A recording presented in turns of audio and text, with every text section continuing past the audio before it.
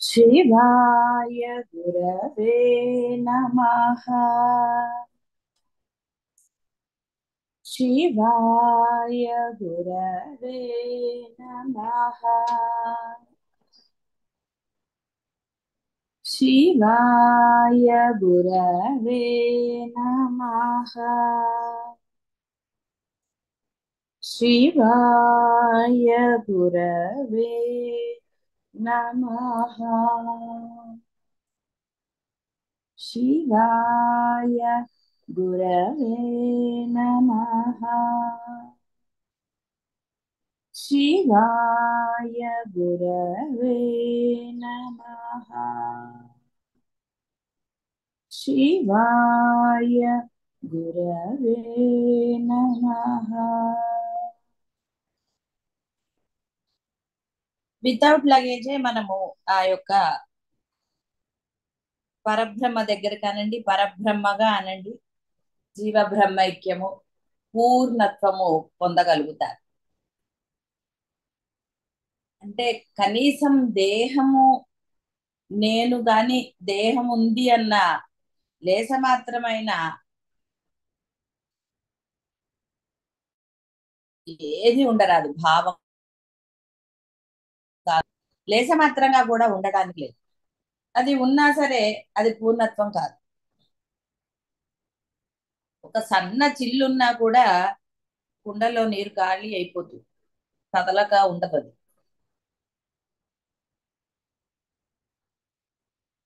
అందువలన లగేజ్ లేకుండా ఆలోచన రహిత స్థితిలోనే ఉండాలి.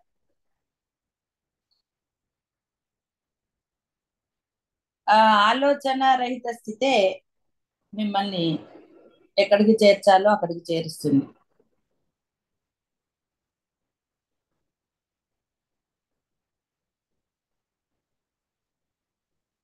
దానికి మీ యొక్క స్వప్రయత్నం ఉండి తీరాలి. స్వప్రయత్నం లేనిదే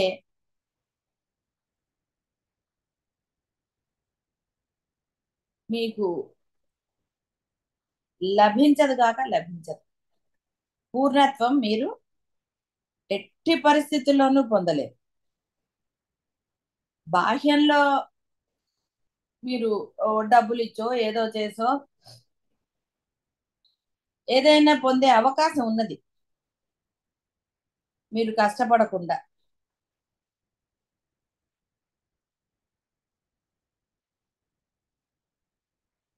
కానీ ఈ అద్వైతంలో ఇది స్వయంగా పొందవలసింది.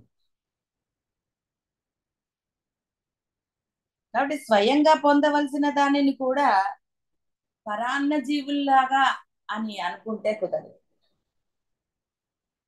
కాబట్టి స్వయం అంటే సెల్ఫ్.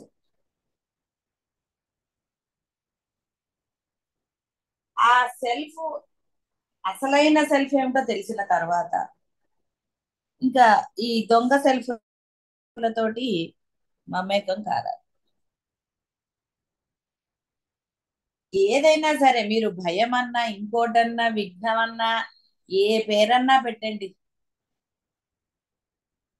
అదే మీకు ఆ పూర్ణ విశ్వాసం లేదు అన్నది స్పష్టంగా చెప్తుంది.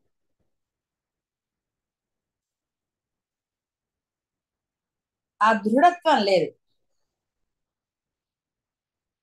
ఎన్నోసార్లు చెప్పుకున్నట్టుగా సత్యనారాయణ స్వామి కథలో పిల్లలు ఒక రాయి పెట్టి పూజ చేశారు.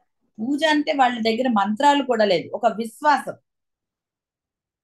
ఆ సమయంలో వాళ్ళకి విశ్వాసం అంటే కూడా తెలియదు ఆ ఏజ్ వాళ్ళకి.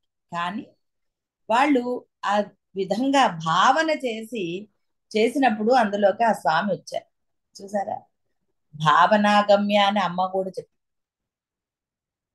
అంటే భావనకు అలా వచ్చి.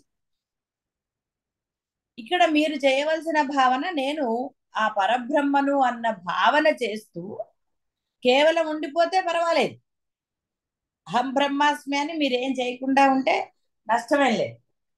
కానీ ఆ భావన చేస్తూ మీరు జీవ లక్షణాలతో ఉంటున్నారు. ఆచరణ జీవ లక్షణం అయిపోతుంది. మీరు భావన చేశారు అమ్మ వచ్చిందని. అమ్మ వచ్చిందని భావన చేసినప్పుడు మీకు ఆ తన్మయత్వం కలగాలి, అంటే మీకు అనుభవం కలగాలి. కేవలం స్తోత్రం చేస్తే ఆ అమ్మ వచ్చేసింది కూర్చుంది అంటే ఆవిడ రానట్టే. నిజంగా అమ్మ వచ్చిందన్న భావన మీ హృదయంలోంచి వచ్చినప్పుడు మీకు ఆ యొక్క అనుభూతి కలిగి తీరుతుంది. చూసారా ఆచరణ. ఆ అనుభూతి కలిగినప్పుడు నిజంగానే అమ్మ వచ్చింది.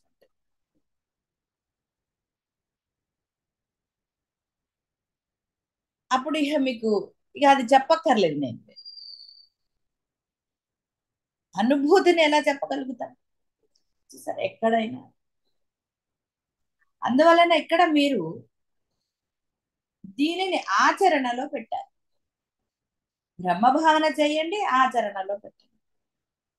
అంటే ఏ భావన చేస్తున్నారో ఆ భావనని ఆచరణలో పెట్టారు. అహం బ్రహ్మాస్మి అన్న భావన చేశారు. కేవలం అనుకుంటే సరిపోదు కదా. భావన వేరు, అనుకోవటం వేరు. నేను భావించాను అంటే మనసా వాచా కర్మణ భావించామని. అనుకున్నానంటే ఏదో అనుకున్నానండి అలాగా అన్నట్టుగా తేలిక భావం.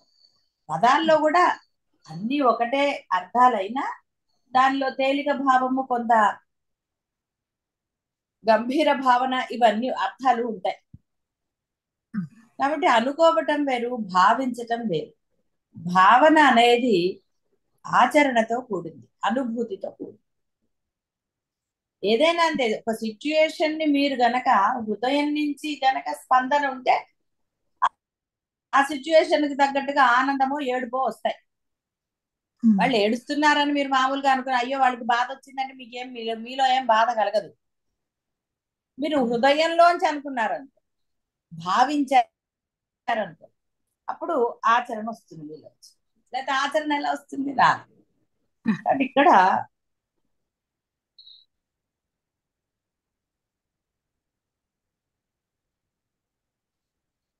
అంత జాగరూకతతో మీరు, అయితే ఇందులో పెద్ద కష్టమైన ఆచరణ కూడా ఏమీ లేదు.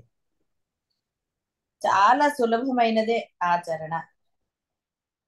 ఏమీ అసలు అక్కడ కష్టం అంటూ మనకేం కనిపించటం. ఎందుకంటే అజ్ఞానంలో కూడా మీరు అవన్నీ ఆచరణలో పెట్టిన వాళ్ళే. అంటే తెలియకుండా కూడా మీరు అద్వైతాన్ని ఆచరణలో పెట్టారు, సందేహమే లేదు. కాకపోతే అప్పుడు ఆ భేదం తెలియదు అంతే. ఇప్పుడు భేదం తెలిసింది కాబట్టి దాన్ని ఆచరణలో పెట్టకుండా ఉంటే సరే. అంతకన్నా వేరే అసలు లేనే లేదు. ఆచరణ ఏదైనా అంతే కదా. ఆచరణ లేకపోతే బాహ్యంలో మటుకు మీరు ఆనందమో ఇంకోటో ఇంకోటో అసలు ఎలా పొందుతారు? ఛాన్స్ ఏది? అదే ఇక్కడ చెప్పబడుతుంది. కాబట్టి ఆచరణ అనేది అత్యంత ఆవశ్యకం.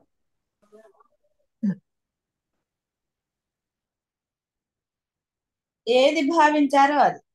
నటించేవాడు భావన చెయ్యకపోతే వాడి నటన ఎంత అసహజంగా ఉంటుంది. అదే భావిస్తే వాడి నటన చాలా సహజంగా ఉంటుందని మీ అందరికి కూడా తెలిసిన విషయం. ఇక్కడే మనకి తేడాలు జరుగుతాయి.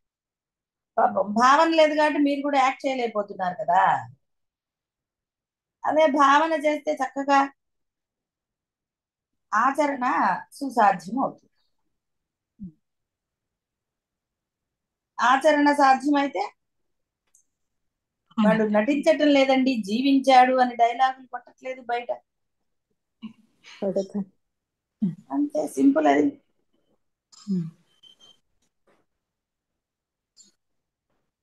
దానికి మించింది ఏది లేదు అసలు. కాబట్టి విత్ లగేజ్ ఆయన నాట్ అలౌడ్ అన్నాడు. అరే నువ్వు పుట్టినప్పుడు నీకు అసలు నేనేం లగేజ్ ఇవ్వలేదురా, తర్వాత నువ్వు సమకూర్చుకున్నావు అవన్నీ. సరే నువ్వు ఎలాగూ సమకూరుస్తున్నావు కదా అని నీ ముందు జన్మలో కూడా నీకు ఇచ్చాను రా అన్నాడు ఆయన. ఆయన పుట్టినప్పుడు ఏం లగేజ్ ఉందండి, వాడికి ఏమీ తెలియదు. ఏం. కాబట్టి నువ్వు ఎలా పుట్టావో వితౌట్ లగేజ్ అలా రా నా దగ్గరికి అన్నాడు. ఉమ్. బయట కూడా స్కూల్ కి ఎలా స్కూల్ డ్రెస్ వేస్తే అలాగే వెళ్ళాలి కదా, మీ ఇష్టం వచ్చినట్టు వెళ్ళకూడదు కదా. స్ట్రిక్ట్ గా ఉండేవాడు పాటిస్తాడు. ఉమ్. ఆఫీస్కి ఎలా వెళ్ళాలో రూల్స్ ఉన్నాయి, అన్నీ ఉన్నాయి కదా. కాబట్టి ఆయన అదొక్క రూలే పెట్టాడు, అసలు ఇంకేం పెట్టలేదు. పోనీ మీరు భావించినవో మీరు దాచుకున్నవో ఏదైనా సరే, పోనీ ఏమన్నా అందులో నశించనిది ఉన్నదా? ఉమ్. లేదా మీకు కూడా అన్ని నశించేవే. నశించని వాడి దగ్గరికి వెళ్తూ నశించేవి పట్టుకెళ్తే ఏం లాభం అండి? ఇప్పుడు అన్ని దొరుకుతున్న దగ్గరికి వెళ్ళి మనం ఏం తీసుకెళ్ళక్కర్లా వాళ్ళ దగ్గరికి. అరుణాచలం వచ్చినారు అనుకోండి, ఏం చేస్తారు, అక్కడ దొరకనివి మీరు ఇక్కడ నుంచి పట్టుకొస్తారు. అక్కడ దొరకేవి మీరు ఎందుకండి తేవటం? అంతే కదా, అనవసరమైన లగేజ్ కదా. అనవసరమైన లగేజ్తో ఎందుకు రావటం? అదే కదా అనుకుంటారు అక్కడ. తర్వాత ఎక్కడ దొరుకుతున్నాయో తెలిసిన తర్వాత ఇక దిగులు లేదు. ఇంకా దిగులు ఎందుకు, అక్కడ దొరికిన తర్వాత పలానా చోట దొరుకుతున్నాయి ఇంకేం తేవక్కర్లేదు, ఎందుకు అనవసరమైన లగేజ్ అని కూడా డైలాగులు కొట్టుకోరు.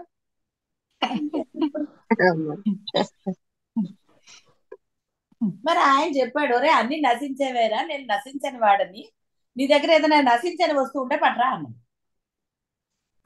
అదే ఆత్మ. ఆయన ఆత్మని తెమ్మన్నాడు కానీ వేరేవేం తెమ్మని చెప్పాడండి? పాపం ఆయన ఏమీ చెప్పలేదు, మీ దగ్గర అసలు ఏమీ ఆశించదు. ఇంత చక్కగా ఆయన చెప్తూ ఉంటే కాదండి కాదండి అంటే అంటే రానివాడు, అంతే సింపుల్. ఇక్కడ వేరేదేం లేదు, ఆయన ఏం పెద్ద ఫీల్ అవ్వడు. ఆయన చాయిస్ ఇచ్చాడు, లగేజీ అక్కర్లేదు మొర్రు అంటే కాదు మోస్తానంటే ఓకే క్యారీ ఆన్, అది సంగతి. కాబట్టి పరమాత్మ దగ్గరికి అలా సరే జీవితం అంతా వెయిట్ చేసి తర్వాత చూద్దాంలే, ఇప్పుడు బాగున్నాను, స్టిఫ్ గా ఉన్నాను, అన్ని ఉన్నాను, ఆరోగ్యం చాలా బాగుంది, ఏదో అప్పుడప్పుడు ఓ మాత్ర మింగేస్తే సరిపోతోంది, కాబట్టి ఇప్పుడు నేను కష్టపడి అన్ని సంపాదించి అసలు ఇక ఎన్ని ఒక 4 తరాలు 10 తరాలు పోషించేంత సంపాదిస్తాను అంటాడు. నెక్స్ట్ తరం పోని గుర్తు పెట్టుకుందాం అనుకుందాం, ఆ తర్వాత ఎవరు గుర్తుండదు. అసలు ఇంకో రహస్యం ఏంటి, తర్వాత తరం వాడు కూడా ఏమంటాడండి, వీసాడు కాకపోతే అన్ని ఖర్చులు పెట్టాడు, అసలు ఆయన అన్ని ఖర్చులు పెట్టకపోతే మా దగ్గర ఇంకా డబ్బులు ఉండేవి అంటారు. ఎన్నున్నాయండి, మాకు చిన్నప్పుడు చెప్పలేదు దాచుకోమని, డబ్బుల గురించి చెప్పుంటే మా దగ్గర ఇంకా బోల్డ్ డబ్బులు ఉండేవి, అన్ని ఖర్చు పెట్టేశారంట. ఎన్ని రకాలు ఇలా. నువ్వు సంపాదించినంత మాత్రాన వాడే నిన్ను నెత్తికి ఎక్కించుకోవాలా, ఏమి ఎక్కించుకోడు కూడా, నీకు డౌటే లేదు. వాడు ఎక్కించుకుంటాడు అని నువ్వు అనుకోవటం కూడా నీ భ్రమ మాత్రమే. ఇంకా ఎందుకు సంపాదించలేదంటాడు, ఇది ఇందులో ఇన్వెస్ట్ చేస్తుంటే ఇప్పుడు వచ్చేవి కదా డబ్బులు అంటాడు. అంటే ఆ డబ్బు మీద దృష్టి ఉన్నవాడు వాడు అలా చెప్తాడు, వాడు కనుక్కుంటాడు. ఒరే మా అప్పుడు లేవురా అంటే నువ్వు అసలు కనుక్కున్నావా ఎన్ని. ఇదే ప్రపంచం. ఆయన ఏమన్నాడు, ఒరే బంగారు తండ్రి నీ ఇష్టం వచ్చినట్టు రారా, నీకెందుకు నేనున్నాను కదా అని ఆయన చెప్తున్నాడు. ఏ బంగారు తండ్రి వింటాడండి, వాడు వినడు. ఇక ఎప్పుడో జీవితంలో ఇక అంతా అయిపోయింది, ఏం లేదురా బాబు, వీడెవడు నా మాట వింటం లేదు అనుకున్నప్పుడు ఏడిస్తే మటుకేం లాభం అండి? అప్పుడేమి ఉపయోగం లేదు కదా, లేస మాత్రమైన ఉపయోగం లేదు. అప్పుడు ఏడ్చి నువ్వు చేసేది లేదు, ఎందుకంటే ఏది లొంగట్లేదు, మనసు ఏడుస్తోంది. ఇన్ని రోజులు ఏంటది జీవితాన్ని వృధా చేశానని ఏడుస్తోంది. అప్పుడు ఏడ్చి ఏం లాభం అండి? ఏడవలసినప్పుడు ఏడిస్తే కొంచెం అన్నా ఉపయోగం ఉండేది, ఏడవలసినప్పుడు ఏడవలేదు, అప్పుడు టాట్ టూట్ అన్నాడు. టాటూ అన్న తర్వాత చేసేది ఏముంది అక్కడ? ఏం ఉమ్, లేదు. ఉమ్, అందువలన పరమ సత్యం తెలియబడింది, సందేహం లేకుండా తెలియబడింది. ఉమ్, తెలియబడిన తర్వాత కూడా ఇంకా దేనికండి మీనమేషాలు? అంటే ఇంకా వాటి మీద మోహము, ఇక చెప్పక్కర్లేదు కదా ఏమేమి ఉమ్, ఉన్నాయో. అంటే తరాలకి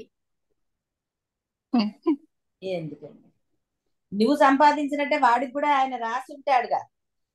ఉమ్, నువ్వెందుకు నీ సమయాన్ని వృధా చేస్తున్నావు అంటే, ఆత్మ తెలిసిన తర్వాత కూడా ఎందుకు సమయాన్ని వృధా చేయాలి? ఇక్కడ ప్రశ్న అదే, ఇక వేరే ఏం లేదు అసలు. ఉమ్, నీకు తెలియబడింది, తెలియబడిన తర్వాత నువ్వు జాగరూకత వహించకుండా ఎందుకు కాలాన్ని వ్యర్థంగా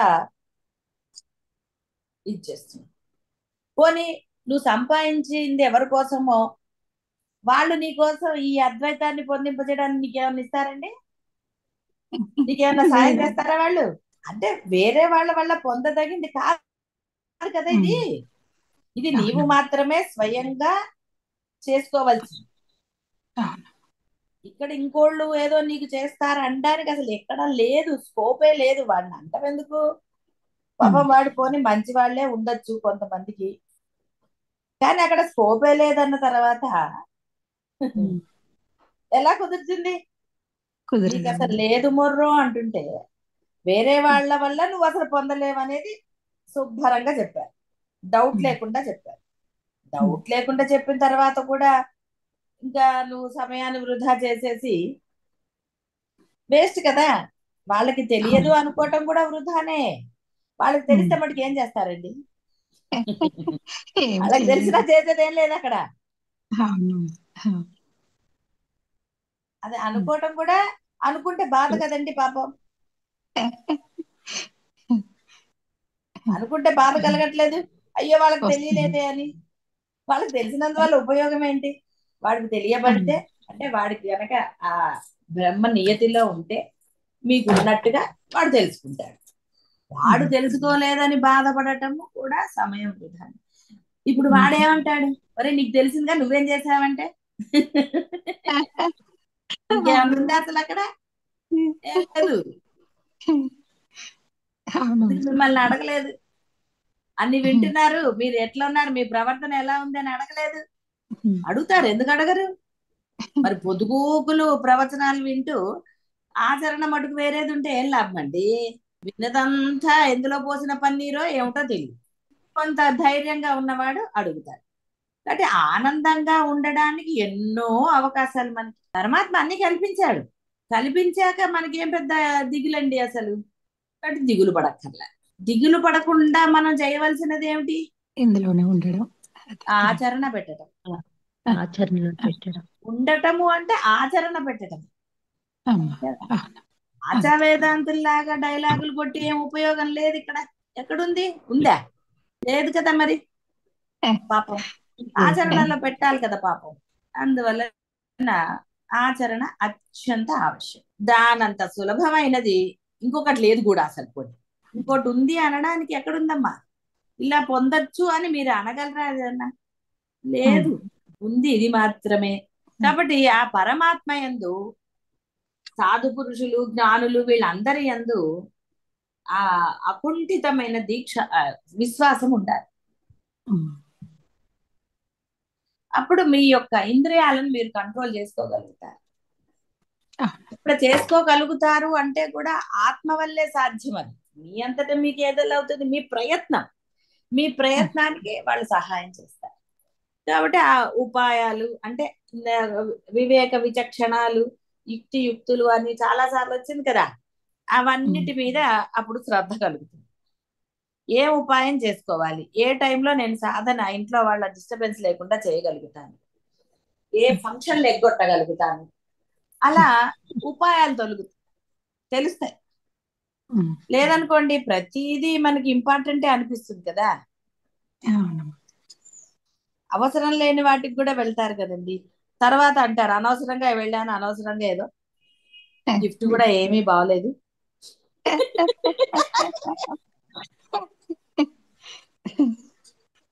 ఇలా రకరకాలుగా అనుకోరండి.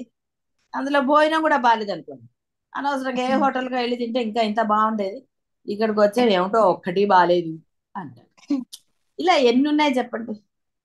ఇవన్నీ బాహ్యంలో ఉన్న మోహమా, ఏదో ఒకటి, దానికి ఏ పేరు, ఆసక్తి అనుకుందాం, ఇష్టమో అనుకుందాం, అంతే. ఒకటే మాటతో సరిపోతుంది. అదే పరమాత్మ యందు ఇష్టం ఉంటే ఆ ఇష్టాన్ని పరమాత్మ ఏం చేశాడు, తానుగా మార్చేశాడు. అంటే చూడండి ఎంతటి గొప్పతనమో. బాహ్యంలో ఏది మీరు అది అలా అయిపోయారు. మీకు ఏదో స్వీట్ ఇష్టం ఉంటే స్వీట్ గా మారిపోతారా? మారిపోతారంటే ఇష్టం అని చెబుతారా? లేదు. ఆ మనిషి అంటే ఇష్టం అని అంటే ఆ మనిషిలాగా మారిపోతానంటే ఒప్పుకుంటారండి? ఎంత గొప్పవాడైనా వెంటనే అంత ఛాన్స్ నాకెక్కడదంటారు. మీకు ఇష్టం ఉండదు వాడిలాగా, ఒట్టిగా వాడిని ఇది చేస్తారు. రమణ మహర్షి చాలా గొప్పవాడండి, నేను రమణ మహర్షి లాగా అయిపోతే బాగుండు అని మనస్ఫూర్తిగా అంటారా? చాలా అన్నారు. భయం పూర్తిగా అంటే ఎక్కడ అయిపోతే అమ్మో అనవసరంగా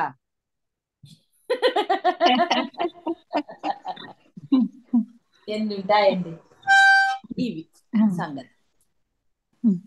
కాబట్టి ఆ విముక్తిని కోరుకోవాలి, దోషరహితులుగా ఉండడానికి ప్రయత్నం చెయ్యాలి. అది చిన్నదైనా సరే చేస్తూనే ఉండాలి. అంటే అట్లా ఎప్పుడైతే మీలో ఆ తపన సర్వకాలము ఉంటుందో, సర్వకాల సర్వ అవస్థల యందు అని ఎట్లయితే చెప్పబడుతోందో,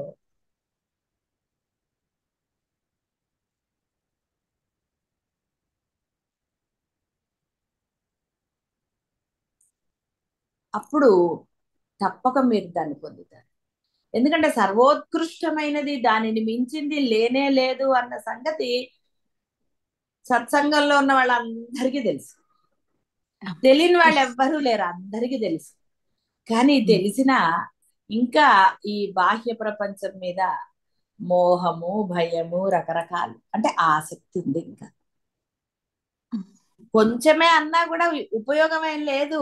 కొంచెమైనా ఏదైనా ఉంది ఉంది అంటే ఇది పొందలేదు. అంటే సర్వోత్కృష్టమైంది తెలిసిన తర్వాత కూడా ఎందుకు కొంచెం ఉంచుకున్నారు? మీరు బ్రహ్మాండ స్వరూపులు అయిపోతారా అన్నా కూడా కాదు నేను ఇంతే ఉంటానండి అంటే పాప ఆయన మటుకు ఏం చేస్తాడు? ఎన్ని అవకాశాలు ఇచ్చాడు. ఆయుష్ అన్ని అవకాశాలు, ఆయుష్ అన్ని వృధా అయిపోతున్నాయి కదా. మరి వృధా చేసుకుని తర్వాత బాధపడి ప్రయోజనం ఏమన్నా ఉందా? ఏమీ లేదు. ఇప్పుడు గడిచిన కాలం మళ్ళీ వస్తుందా? అయ్యో నేను ఇప్పుడు బాగా చేస్తానండి, మళ్ళీ నాకు 25 ఇవ్వండి అంటే ఆ కథలో లాగా అవుతుంది. ఆయన అన్నాడు కదా, అయ్యో నువ్వు మేకప్ వేసుకున్నావు నేను గుర్తుపట్టలేదు అన్నాడు పరమాత్మ. ఆయన లెక్కలు ఆయనకు ఉంటాయి కదా, మీ లెక్కలు మీకుంటే. కాబట్టి ఆ పరమ విశ్వాసం ఉండాలి, దృఢ నిశ్చయం అందులో ఉండాలి. ఆ విశ్వాసం ఎక్కడి నుంచో కలగదు. మీ అనుభవాలు అంటే ఈ శ్రవణ మనన నిధిధ్యాసనల ద్వారా మీరు కలిగించుకోవాలి. ఆచరణ పెట్టినప్పుడే మీకు దాని యందు ఆ ప్రగాఢ విశ్వాసం. ఒక గురువుల దగ్గర కనండి ఎందుకు వెళ్తారంటే మీ కోరికలు తీరితే వెళ్తారు. ఒక గుడికి అయినా సరే ఆ గుడిలో గనక మీరు మొక్కిన కోరికలు తీరితే పదే పదే ఆ గుడికి వెళ్తారు, లేకపోతే వెళ్తారా? ఏం వెళ్ళరు. కోరికలు ఉన్నవాళ్ళు ఎవరన్నా అడిగినా అయ్యో లేదండి మీరు అక్కడ దండం పెట్టుకోండి, నాకు అలా ఎన్ని కోరికలు తీరాయో కాబట్టి తప్పు లేదంటారు.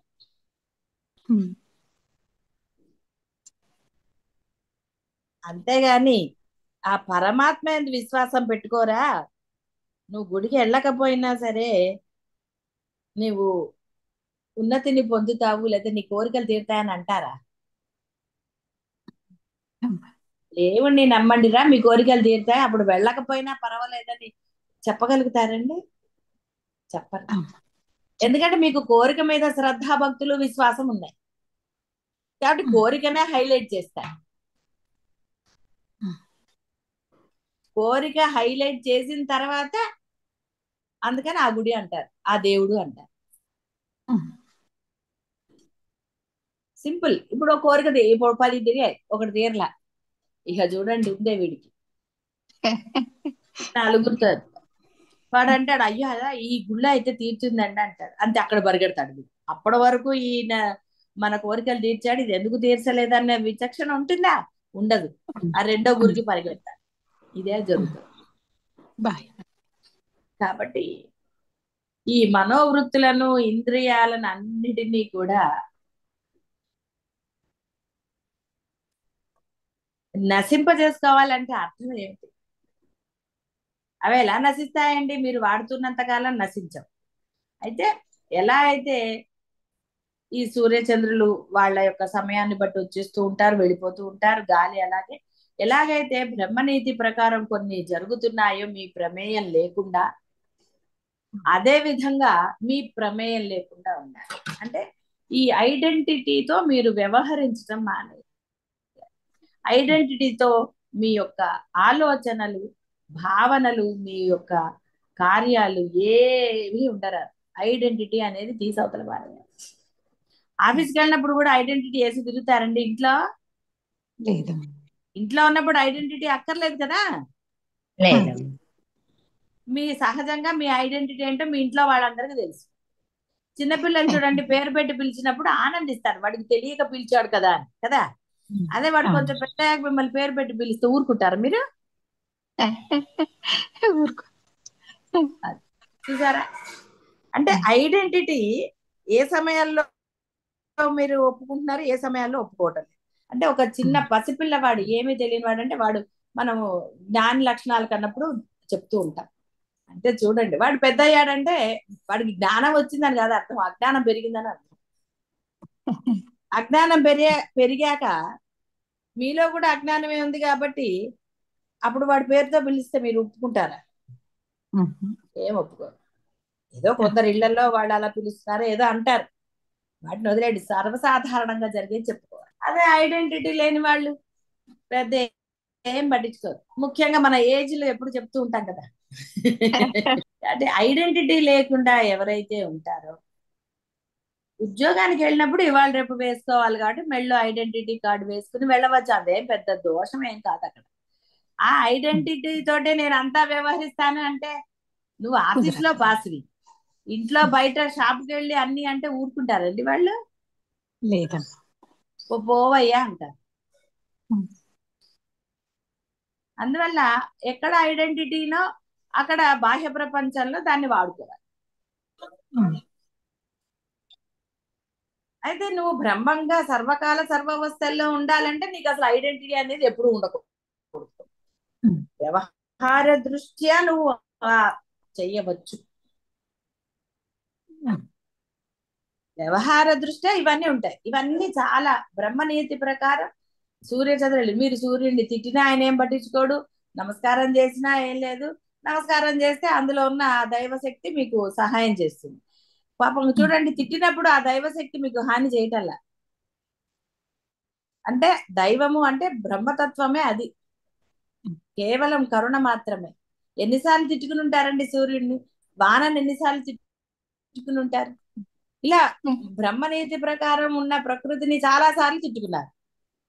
వాటికి నమస్కరించినప్పుడు అవి వాటిలో ఉన్న ఆ శక్తి ఏదైతే పరబ్రహ్మ శక్తో అవి మీకు సహాయం చేశాయి. పూర్వకాలం ఉండేది కదా, వానలు పూజలు చేయటం అనేది ఉండేది, చేస్తే వర్షాలు కురిసేవి. ఇలా రకరకాలుగా మనం చదువుకున్నాం.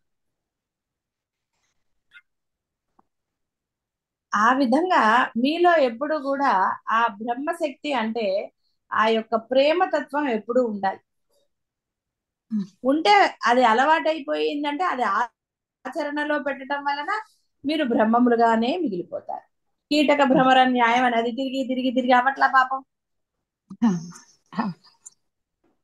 అలాగే మీరు అవుతారు. ఆచరణ ఆచరణ ఆచరణ.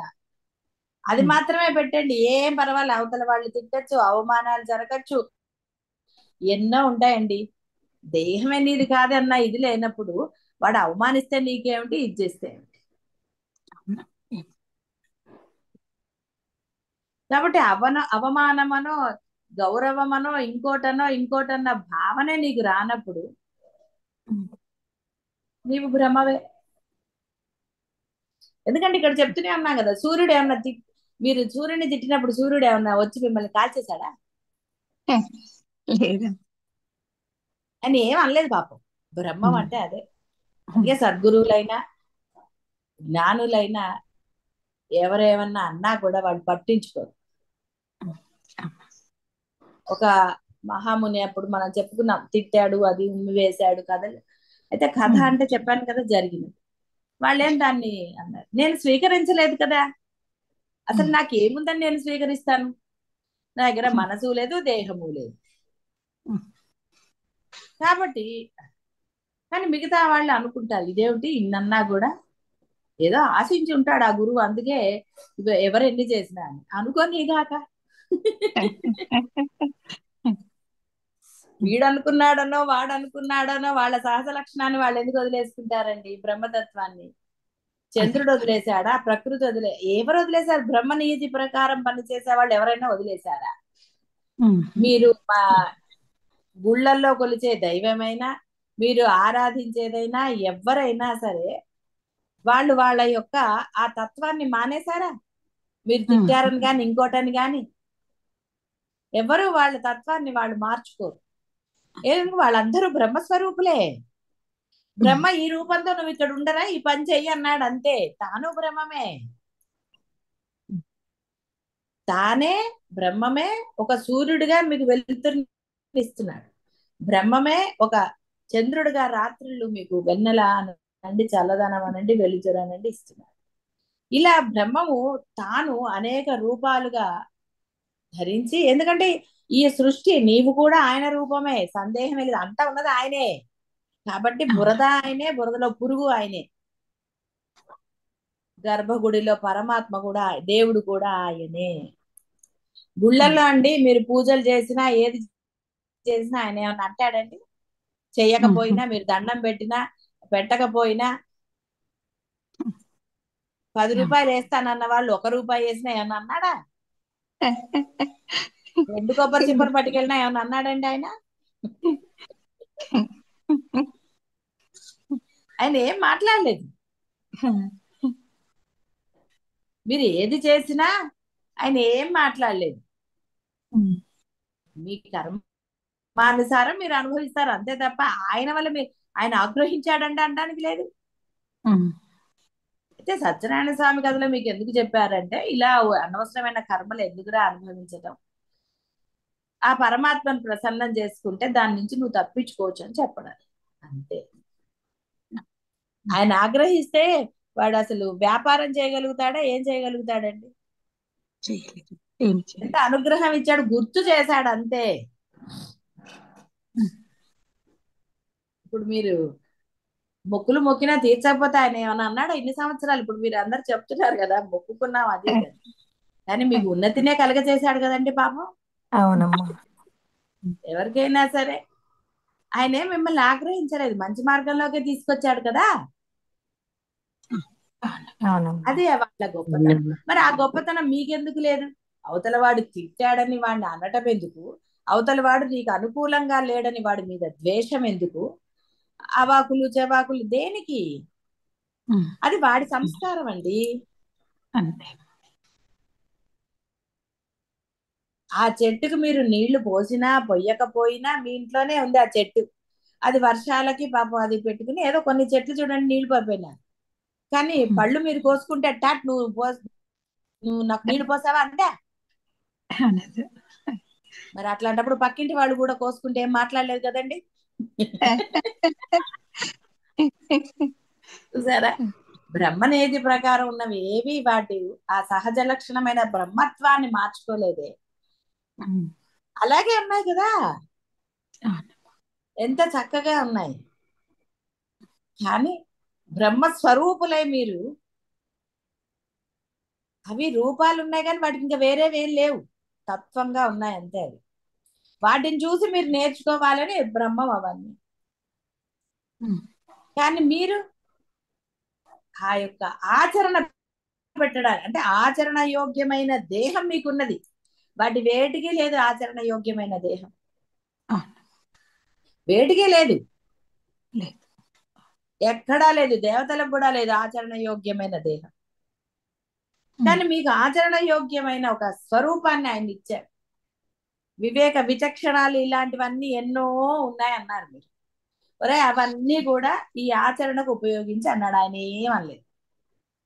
ఏమన్నా చెప్పాడా? తినద్దు, అది చెయ్యొద్దు, ఇది చెయ్యొద్దు, నగలు వేసుకోవద్దు, చేయించుకోవద్దు, అసలు ఏమన్నా ఉన్నాయండి? ఏమీ లేదు. లేదమ్మా. కాదండి, అవి మమ్మల్ని డిస్టర్బ్ చేస్తున్నాయంటే, సరేరా ముందు నువ్వు భ్రమం అయ్యే వరకు వాటిని పక్కన పెట్టు, తర్వాత వాటి సంగతి చూద్దాం అన్నాడు. ఇప్పుడు వెళ్లకుండా ఏం చెప్తావు? ఫస్ట్ ఇంటికి రారా, ఇంటికి వచ్చాక మనం మాట్లాడుకుందాం అంటారా అనరా? ఏం చేయాలి అప్పుడు చూద్దాం, ఇప్పుడు ఎందుకు ఫోన్ లో కానీ ఇక్కడ నువ్వు ఎక్కడో ఉండి మేము ఎక్కడో ఉండి, నువ్వు రా ఫస్ట్ ఇంటికి, అన్ని మనం అప్పుడు ఆలోచించుకుని ఏం చేయాలో నిర్ణయిద్దామని అనరు మీరు. బ్రహ్మ కూడా అదే అంటున్నాడు. ఆయన పెద్ద వేరే కొత్త మాటలు ఏం చెప్పలేదు మీకు.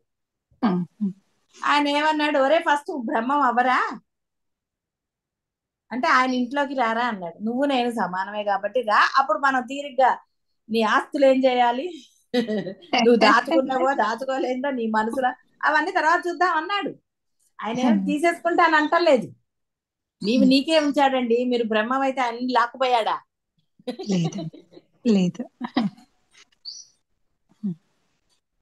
కాబట్టి పరమాత్మ సాన్నిధ్యాన్ని అనుభవానికి తెచ్చుకోవాలి, అంటే అవ్వాలి అని. ఆ విధంగా చేయగలిగిన వాడే అసలైన వాడు. అంటే ఆ తత్వాన్ని బాగా అవగాహన చేసుకుని జీర్ణించుకున్నవాడు. మింగిన వాడికి కదండి, నోట్లో పెట్టుకోగానే ఏం తెలియదు. కొంచెం మింగేటప్పుడు కొంచెం కారంగా ఉంది, కొంచెం తీగా ఉంది అనరు మీరు? ఫస్ట్ తెలియలేదు కానీ తర్వాత మింగుతుంటే ఇలా ఉంటుందని చెప్పలేదు. చెప్పాము. అది మందు మింగి లోపలికి వెళితే అది మీకు పనిచేస్తుంది. ఆహారం అయినా మింగిన తర్వాత అది రకరకాలుగా ఆ పరమాత్మ చేస్తున్నాడు. మీరు ఏం చేస్తున్నారండి? అన్నాన్ని ఏమన్నా విడగొడుతున్నారు దానిలో శక్తిని. అది ఎలా విడబడుతుందో ఏదో సైన్స్ చెప్పినా ఎన్ని చెప్పినా అదే విధంగా జరుగుతుందని. అసలు ఒక మందు బిళ్ళ తలనొప్పికి వస్తే మందు బిళ్ళ నోట్లో వేసుకుంటే అది కిందకు పోయింది. మరి తల నొప్పి ఎలా తగ్గిందండి? ఇది ఏ సైన్స్ అన్నా చెప్పగలదా? కాబట్టి ఎందుకండి మనం తెలియని వాటికి వదిలేస్తే ఎట్లా? తెలిసి నశించే వాడిని పట్టుకోవటం ఎందుకు? అది నశిస్తుందని ఏడవడానికి తప్ప, పట్టుకున్నవన్నీ ఏడవటమే కదండి. అందువలన అందరూ కూడా ఆ పరబ్రహ్మ తత్వంలో నిశ్చలంగా ఉండండి. ఆ నిశ్చలత్వమే తత్వం. ఆ తత్వంగా మీరు ఎప్పుడైతే స్థిరంగా ఉంటారో అదే బ్రహ్మం. శుభం భూయాత్.